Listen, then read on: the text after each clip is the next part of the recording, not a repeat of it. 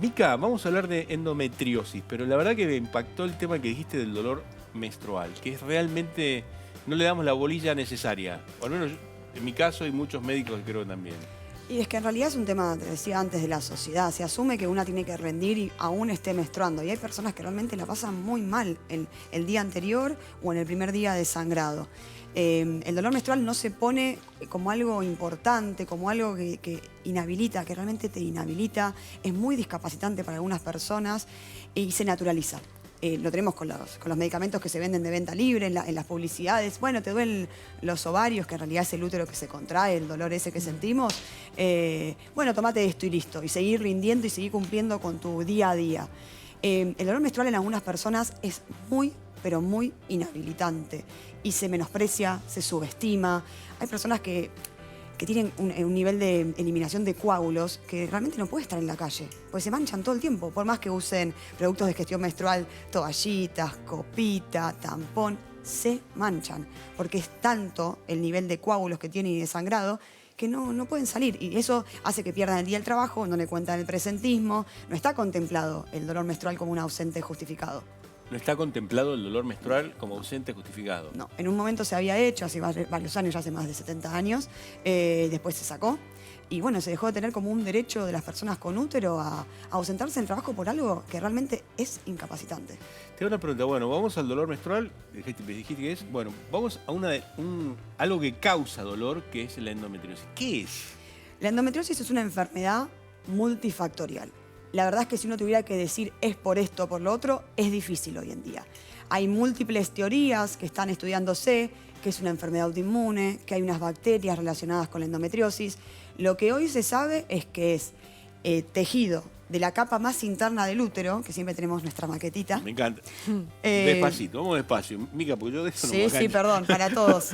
pues, Esta es la maqueta que siempre usamos, que nos gusta. Este es el útero como cortado al medio. Es como una perita. Acuérdense que es un espacio que es virtual, que no hay nada ocupándolo, salvo que haya un bebé o un DIU.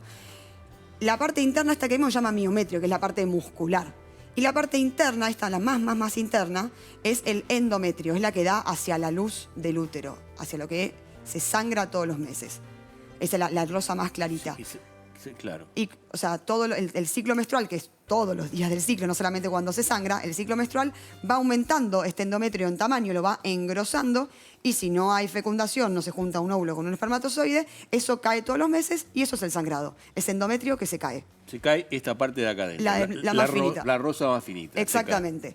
La endometriosis es tejido endometrial fuera del útero. ¿Este tejido está en otro lado? Exactamente. Hay múltiples teorías de por qué se da la endometriosis. Hay una que es como la principal, que habla de una menstruación retrógrada, que dicen que en realidad en algunas mujeres que tienen como la vía tapada, de donde salen los óvulos, Acá. desde los ovarios, por la trompa de falopio hacia el útero, se cree que en mujeres que tienen esa vía tapada puede haber una menstruación retrógrada y eso hace que el endometrio vaya hacia otros lados. ¿Y dónde se pone esto? ¿Dónde el endometrio dónde va? Y en múltiples lugares, sobre todo en la cavidad pelviana, como en la parte, eso que nos duele siempre cuando menstruamos, en la parte baja del abdomen, la cavidad pelviana, y a veces se adhiere al intestino y a los uréteres.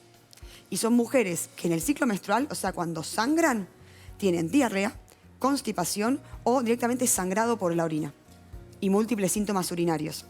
Entonces, es tanto el abanico la endometriosis, esos son solamente algunos de los síntomas, imagínate. Hay dolor menstrual, hay diarrea, hay constipación, hay síntomas urinarios, hay dolor en las relaciones sexuales, que también se minimiza bastante. Bueno, te duele usar algún tipo de lubricante, bueno, tienes que hacer un poco más de estimulación antes de la penetración. Se minimiza y se subestiman los síntomas de las personas en los consultorios. Eso pasa mucho. Eso es un abanico de síntomas en la endometriosis. Y generalmente son personas que van vagando por el sistema de salud tratadas de locas, de histéricas. No es nada, tomate un ibuprofeno, le dicen. Bueno, no, es mucho más. Si calmara con un ibuprofeno probablemente no sea endometriosis. Me llama mucho la atención, o sea, ese es el dolor enorme que se genera con esto. Y te hago una pregunta, o sea, sos mujer, tenés dolor menstrual, ¿cómo diagnostico esto? El tema es que generalmente termina siendo un diagnóstico de descarte, porque el diagnóstico en sí es con una cirugía exploratoria, si uno tiene que ser muy riguroso. Tengo que abrirle la panza y ver qué tiene adentro. Sí. Y ver si tiene estos pedazos de endometrio. En otro lado. Exactamente. ¿Por qué duele eso cuando menstruamos? Porque se contrae de la misma manera que se contrae el resto del endometrio en el útero. O sea, se estimula por las hormonas sexuales, el estrógeno y la progesterona. Por eso duele. ¿Es común? Es muy común. Ahora, si vos me preguntás cuántas mujeres lo tienen, y el tema es que está tan poco validado y tan subestimado, es que hay estudios que dicen que de 1 a 10 mujeres tienen esto, o de 7 a 10 mujeres. O sea, de 1 a 7, o sea, es demasiado amplio el abanico. ¿Puedo tener un poquito de endometriosis? Sí, hay estadios de endometriosis, por supuesto. Hay personas que van bien con analgésicos comunes, a veces también se usan los anticonceptivos orales. Esa teoría igual está mudando bastante. Lo mismo que la cirugía. Se intenta no llegar directamente a la cirugía exploratoria, primero por lo invasivo que es. Vamos despacio, porque si vas tan rápido que me vuelvo Perdón, es que me motiva. Me encanta, yo me apasiona, pero como lo contás. Pero no ir directamente a la cirugía exploratoria. Sí, pero porque hay que charlarlo en el consultorio. Lo que pasa es que generalmente las mujeres que llegan ya pasaron por todo el sistema de salud, ya trataron de loca 8000 veces y ya le minimizaron los dolores y la situación inhabilitante. Entonces, llegan tarde y ya tienen muchos focos, se llaman así focos endometriósicos. Entonces, cuando hacen la cirugía exploratoria, encuentran un montón de focos y los sacan. Eso no significa que no pueda volver a haber focos endometriósicos. ¿No hay medicación? Sí hay medicación, se usan los analgésicos comunes, se usan los anticonceptivos orales o cualquier anticonceptivo hormonal, pero ahora se está intentando pasar a esto que te digo, ponerlo sobre la mesa y pensar en que es una enfermedad inflamatoria y probablemente tiene un componente inmune, sí, y probablemente es una enfermedad autoinmune, pasa que no sabemos cuál es el autoanticuerpo, no lo sabemos. Entonces, trabajar sobre todo el componente inflamatorio en la enfermedad. Una mejor alimentación, disminuir el consumo de gluten, disminuir el consumo de lácteos, actividad Pregunta física. importante, ¿es maligna? ¿Genera cáncer esto? A ver, la endometriosis no es una enfermedad maligna. Sí hay más riesgos en las pacientes con endometriosis de tener cáncer de ovario. Eso es verdad. Mira, ¿cómo lo prevenís? ¿No hay prevención? No, no hay prevención, lamentablemente. Lo que sí tenemos es poder conocer tu historia familiar. Hay una gran predisposición genética, o sea, si tu mamá, tu hermana, tiene endometriosis, probablemente vos también. Las personas que no estuvieron nunca embarazadas también tienen más riesgo de endometriosis. No hay forma de prevenirlo, lamentablemente. Las teorías que vienen hablando hoy de, ¿viste la epigenética? Sí. Todo eso alrededor de la genética, sí trabajan sobre el consumo de dioxinas, o no el consumo, sino la cercanía con dioxinas. Epigenética, para que los pegas claro, es cómo se portó tu abuela, tu abuelo, tu tío, tu tía, es que le cambiaron un poco los genes, ese medio ambiente. Por ahí tu papá tuvo una vida media que no fue muy sana, tu mamá. Eso cambia un poco los genes, te lo estoy explicando así, si me ve un genetista Sí, me sí, mata, sí, nos mata. Pero lo explico poco académico para que vos lo puedas entender. Bueno, ¿no? pero ¿viste el mapa de diabetes que mostraste Sí. antes? Por lo visto no es lo mismo donde naces. No, claro. No es lo mismo. Entonces, no tiene nada que ver solamente tus genes, tu mamá y tu papá. Tiene que ver dónde naces y dónde te criaste y el contexto en el que te criaste. Las enfermedades inflamatorias versus las autoinmunes tienen mucho que ver con la epigenética. ¿Me pongo un DIU, ayuda? El SIU ayuda. El que ¿Qué? tiene el DIU que libera hormonas. El DIU probablemente no te ayude porque son personas que tienen muchísimo sangrado y muchísimo dolor en las menstruaciones. El DIU de cobre, o sea, el dispositivo intrauterino de cobre, genera más sangrado y más dolor. El sistema intrauterino, liberador de hormonas, progestágenas, genera mucho menos sangrado y mucho menos dolor porque afina el endometrio. O sea que le pondrías un DIU a la mujer que tiene esto. El SIU puede andar bastante SIU. bien, sí. El tema es que el resto de los focos endometriósicos no cambian. El SIU, como te voy Claro. y te lo pido, el SIU, dame un SIU. Tiene indicación médica, uno es la endometriosis. Anticonceptivos, Los anticonceptivos hormonales combinados sirven mucho para bajar los síntomas. ¿Viste esto del lupus de apagar el incendio? Sí. Es lo mismo con los focos endometriósicos. Con los anticonceptivos orales se baja bastante, pero también con un montón de otras cosas que está bueno charlar en consultorio. ¿por qué no? Sí, pero... No, quería saber, Doc, si una vez diagnosticada la endometriosis, sí o sí me tengo que operar, o sea, ¿es progresivo? A ver, no es sí o sí tenés que operarte, pero si vos empezás a tratarlo cuanto antes con analgésicos o anticonceptivos combinados o el zinc, que también ayuda un montón, y otras líneas que están en estudio, es verdad que probablemente no llegues a la cirugía con esa cantidad de focos. Esa es una verdad. ¿Puedo tener hijos? A ver, la endometriosis está muy relacionada con la infertilidad, pero también hasta ahora. ¿Por qué? Porque las mujeres llegaban hasta ahora con muchos focos endometriósicos y tarde a la cirugía. Entonces, hoy en día lo que se busca es charlar en el consultorio, ponerlo sobre la mesa, decir, che, me duele mucho la menstruación, tengo diarrea en la menstruación, bueno, capaz tenés endometriosis, vamos a estudiarlo y trabajarlo. Y en el momento que se desea tener hijos, se sacan los anticonceptivos orales y se prepara el cuerpo para tener hijos. El problema de la endometriosis, o sea, del tejido endometrial fuera del útero, es que se adhiere y esas adherencias en el útero o en los ligamentos, o sea, tanto acá, en los ovarios, con las trompas y el útero, generan que tal vez el paso del ovocito, que es el huevo nuestro, por así decirlo, no pueda ser factible. Entonces, por eso sos infértil. O sea, hay un montón de causas que hacen... Pero la puedo ayudar. Totalmente. Con fertilización asistida se puede embarazar. Lo puedes hacer. ¿A qué edad empieza esto? ¿De chiquitas? También hay varias teorías. Es como todo. Como está poco estudiado, como está poco hablado, nos pasa esto.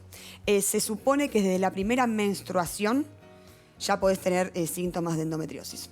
Qué bárbaro. No es hormonal.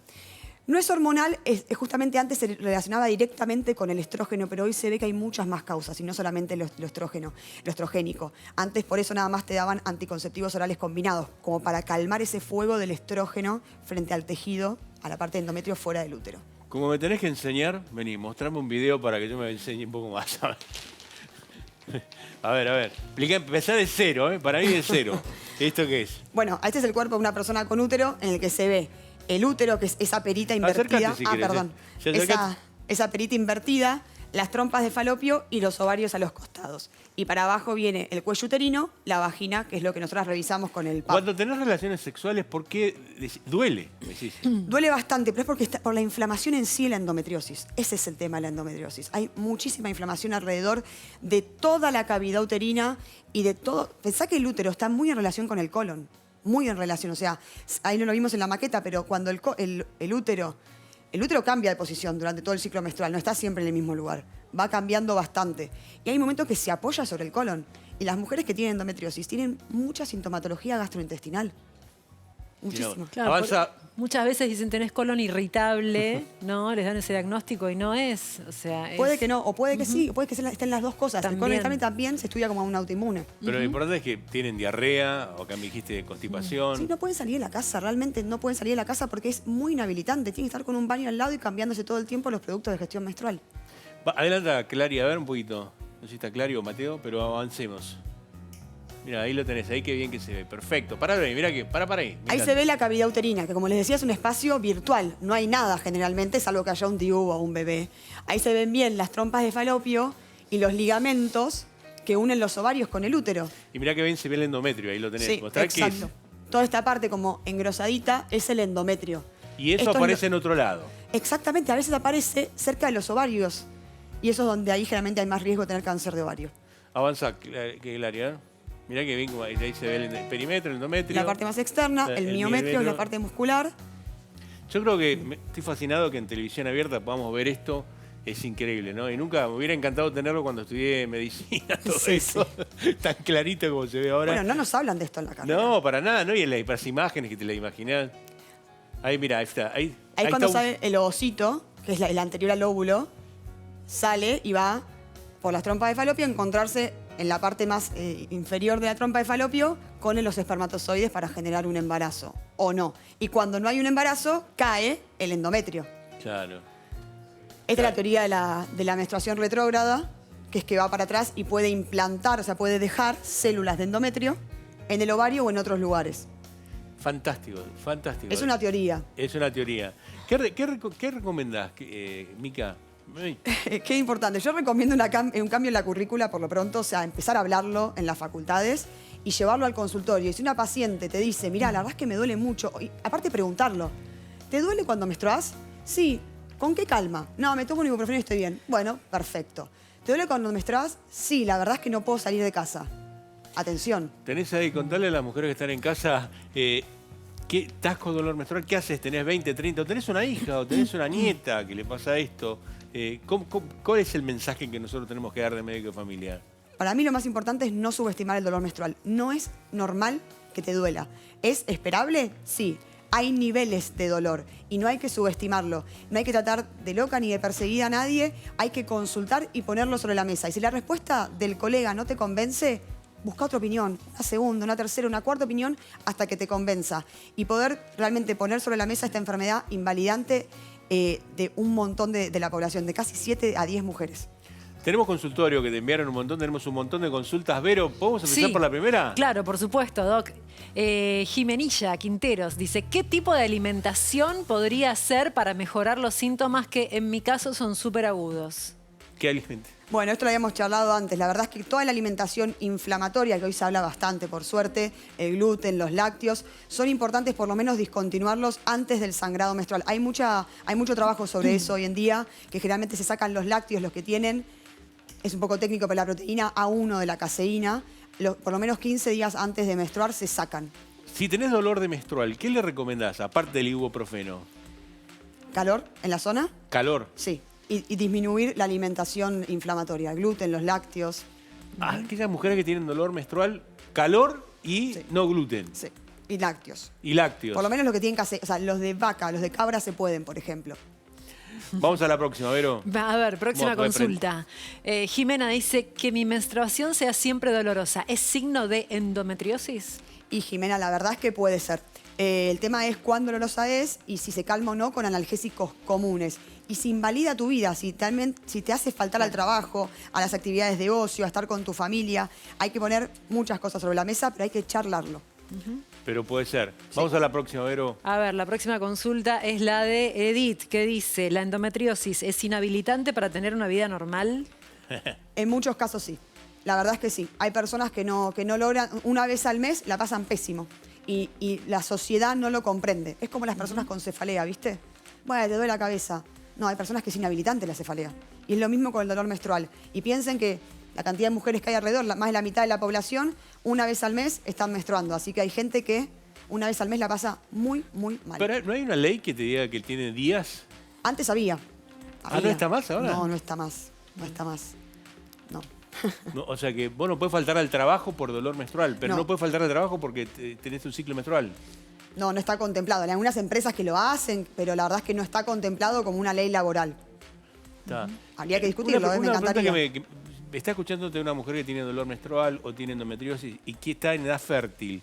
¿Qué le recomendás que haga? Para que no espere mucho tiempo, me da la sensación. Y la verdad es que lo ideal sería consultar, dejar de subestimar el dolor, entender que una cosa es menstruar y otra cosa es tener dolor y sufrir en las menstruaciones y entender que hay un montón de cosas que se pueden hacer para calmar ese dolor y ese fuego y poder hacer tu día a día de manera más normal, pero también escuchar un poco al cuerpo. Si ese día tenés que estar en casa, tenés que estar en casa y consultar hasta que la respuesta te convenza. No son solamente los anticonceptivos orales la respuesta, hay un montón de cosas. Si nada más te dan anticonceptivos orales, se quedaron un poco tarde con la evidencia.